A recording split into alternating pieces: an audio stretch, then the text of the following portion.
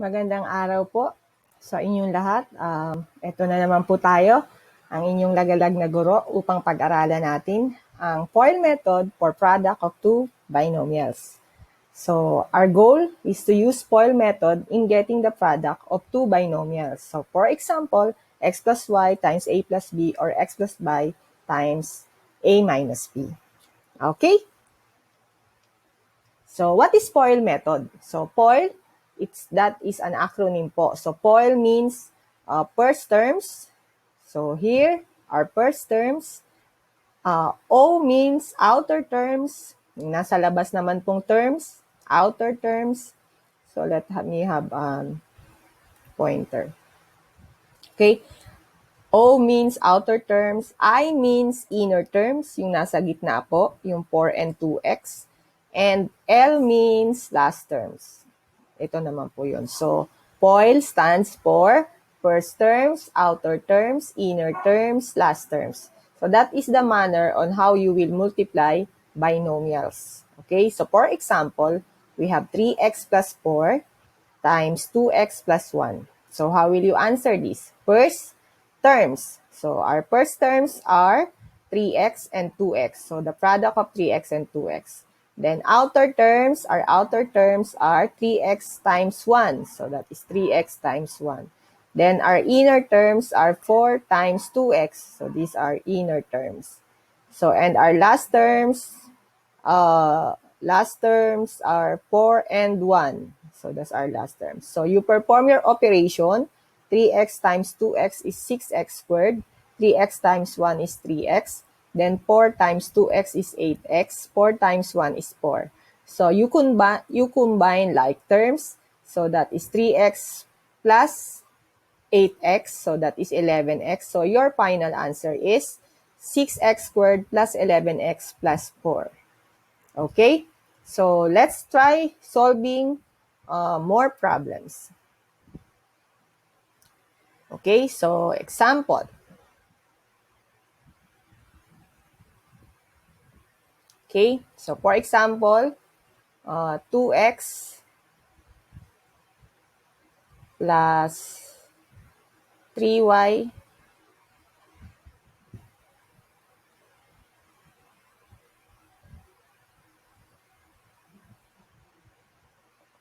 um, 3a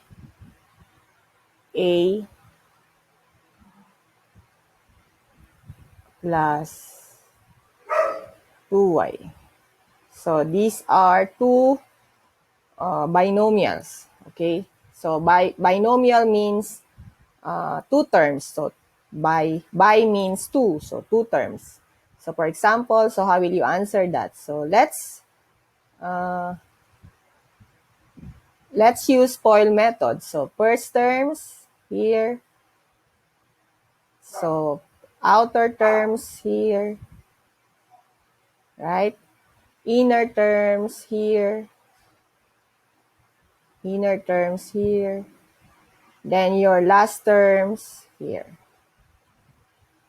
Okay? So that's it. So first terms first. So our first terms are 2x times 3a. Okay? So these are all addition, therefore all additions here. So FOIL outer is 2x times 2y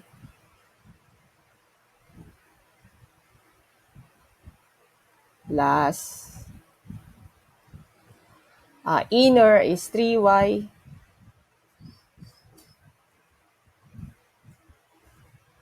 times 3a. Okay, so 3y times 3a. So this is 3a. Okay. Then plus our last terms, 3y times 2y. Okay? Then, you perform your operation. So, 3 times 2 is, 2 times 3 is 6. Then, this is XA. So, tulad po nung sinabi ko, first letter in the alphabet first. So, 6AX plus 2 times 2, 4. So, this is XY plus 3 times 3, 9. This is AY. First letters first. First letter first. Okay. Plus, so 6y squared. 3 times 2 is 6. Then, y squared. So, you look for like terms. If we have like terms. So, AX, XY, AY. So we don't have like terms. So, this is your final answer. Okay? So, let's have one more problem or two more problems.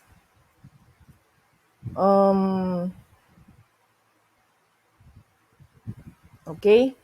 So, let's try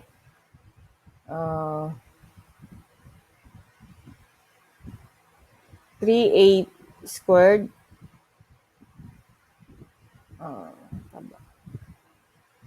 b minus 2x.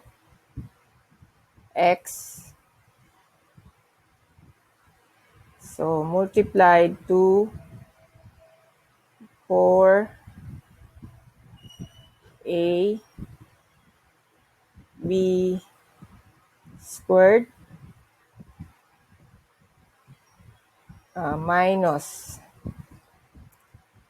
3y. Okay, so these are two binomial terms. So, again,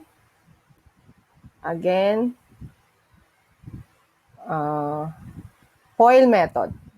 Okay, so first terms first here, then outer terms here, then inner terms here, then last terms here.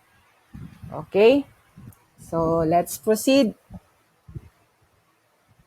3a squared times 4a squared. So 3 times 4 is 12. So we have a, so 2 plus 1 is a cubed. So 1 plus 2, we have b times b squared. So 1 plus 2 is b cubed. Then next is outer terms. So your outer terms is 3a squared b times negative 3y. So if that is the case, if you have unlike sign, so multiplying unlike sign is always negative. Okay, the operation is always subtraction. So 3a squared times 3a squared b times negative 3y is negative. 3 times 3 is 9. You have a squared here. You just copy it because you will not, wala po tayong a dito. Then wala din tayong b. So just copy. Gayahin nyo lang po.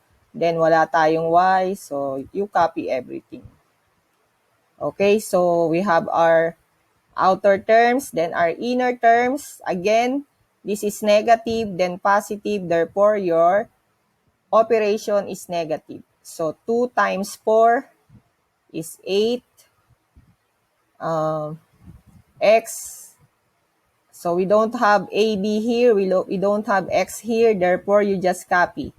A, B, squared, X. So bakit po nahuli si X? Kasi nauuna po sa alphabet ang A and B. So huli si X. Okay?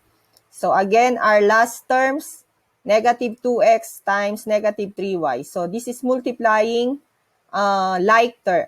like terms. So, negative times negative po is positive. Okay? So, negative, saan galing ma'am tong negative, positive natin? Negative 2x times negative 3y is positive 6xy.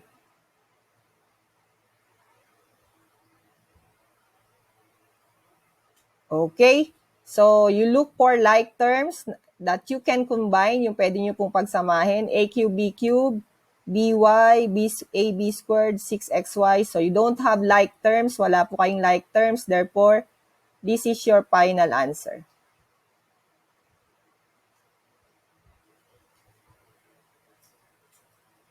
Okay? Klaro po? Okay, klaro po. So, yun lang po kung paano mag-multiply ng let's try not so complicated na binomial terms. So, sample 3x. Now, you can combine 2y.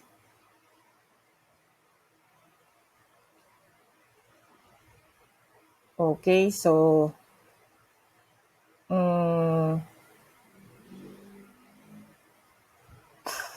4x plus 5y. Okay, so this is easy kasi you can combine terms. So, first terms first. First terms, foil, outer, then inner, then last. Okay, so we have 3x times 4x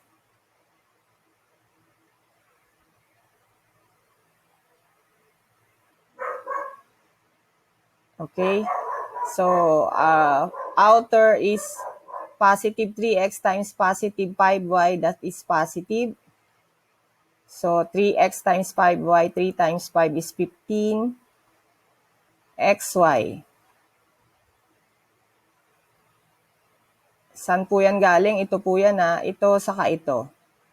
So, how about inner terms? So, we have negative sign here. So, it's negative 2y times 4x. So, our sign is, our operation here is negative, or subtraction rather. So, 2 times 4 is 8 xy. Okay? Okay, so, and our last terms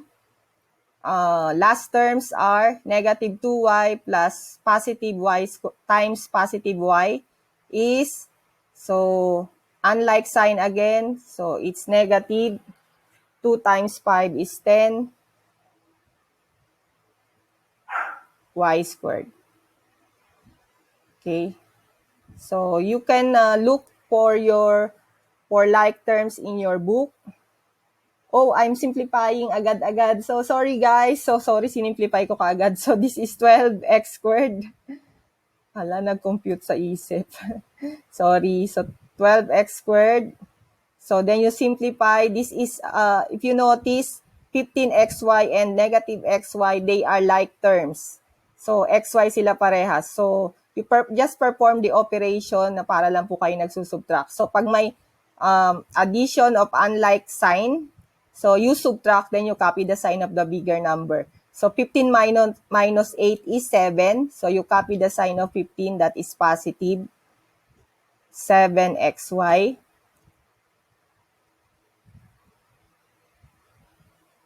Then you copy the last term, which is 10y squared. So this is your answer. 12x squared, 7xy, minus 10y squared. Okay? So, that's it. Okay? So, here's our references. Please search more works, seat works, para po ma-practice nyo yung FOIL method, and later on, mamamaster nyo na po yan. So, and that's it. So, do not forget to subscribe.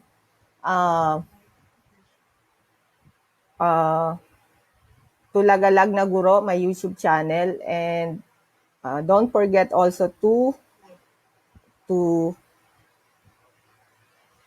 like and share, especially po sa mga high school students. Okay po, if you have questions, write it in our comment section para po masagot ko po kayo. Okay? So, we don't have a picture here. So, next time na lang po. Thank you! Bye-bye!